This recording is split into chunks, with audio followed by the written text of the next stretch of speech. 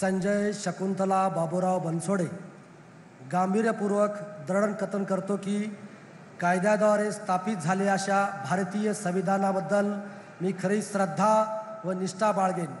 मी भारताची सार्वभौमता व एकात्मता उन्नत राखेन। मी महाराष्ट्र राज्याचा राज्यमंत्री म्हणून माझी कामे निष्ठापूर्वक व शुद्ध बुद्धीने पार पाडेन आणि संविधान व कायद्यानुसार सर्व तऱ्हेच्या लोकांना मी निर्भयपणे व निष्पृहपणे तसेच कोणाच्याही विषयी ममतभाव किंवा आकाश न बाळगता न्यायिक वागणूक देईन।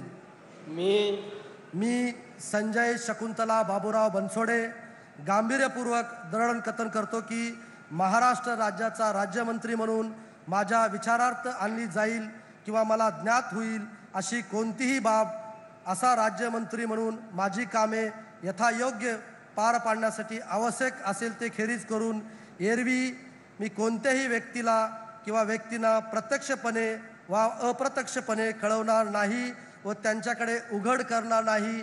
जय भीम, जय महाराष्ट्र। बनसोडे राष्ट्रवादी काँग्रेसचे अतिशय निष्ठावान कार्यकर्ते आहेत।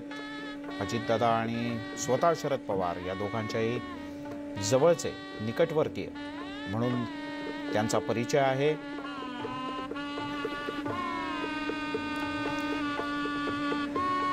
राज्यातल्या अनेक उलथापालथींमध्ये उदगीर मतदारसंघाचं संजय बनसोडे नेतृत्व करतात।